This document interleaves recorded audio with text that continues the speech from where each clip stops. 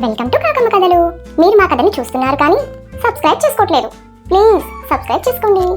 అరే పిల్లలు, ఈ రోజు మనం ఎవరి గురించి తెలుసుకుంటున్నామో తెలుసా? మన రామలింగం గురించి. అదేనర్రా, వికట కవి తెనాలి రామలింగం గురించి. తెనాలి రామలింగం పేరు తెలియని పిల్లలు ఉండరు. ఆయనకు ఆ పేరు ఎలా వచ్చిందనుకున్నారు? తెనాలిలో పుట్టాడు గనుక తెనాలి రామలింగం అయ్యాడు. ఆ రోజుల్లో తెనాలి చిన్న ఊరు. చిన్నప్పటి నుంచి రామలింగం పొట్టి చిలిపివాడు. ప్రతి వాళ్ళకి పేర్లు పెట్టేవాడు. అతనికి నదురు బెదురు ఏ కోసాన ఉండేది కాదు. తనకు నచ్చని దాన్ని వెక్కిరించటంలో మొనగాడు. ఒక రోజున ఒక యోగి ఆ దారిన పోతూ రామలింగాన్ని చూశాడు. రామలింగం రూపురేఖల్లోనూ అతని మాటల్లోనూ యోగికి తెలివితేటలు కనిపించాయి.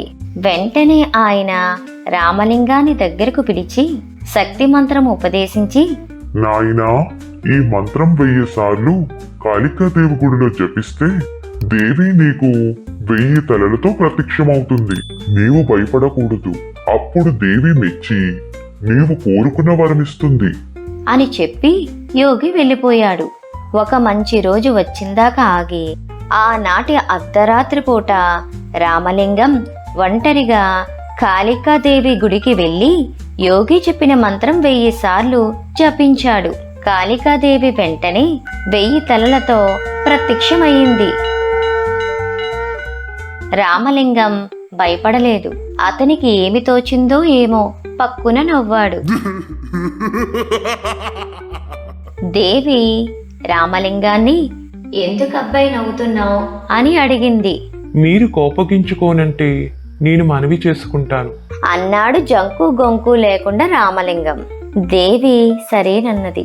రామలింగం అప్పుడు చెప్పాడు, అమ్మా, మాకు ఒకటే ముక్కు కానీ 2 చేతులున్నాయి.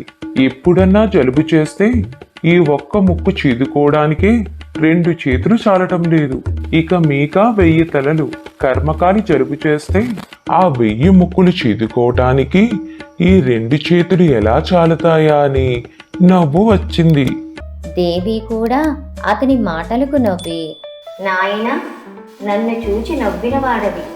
ఇక నువ్వు ఎవరిని చూచి నవ్వవు గనుక నువ్వు తప్పకుండా వికటికవి అవుతావు అని అంది.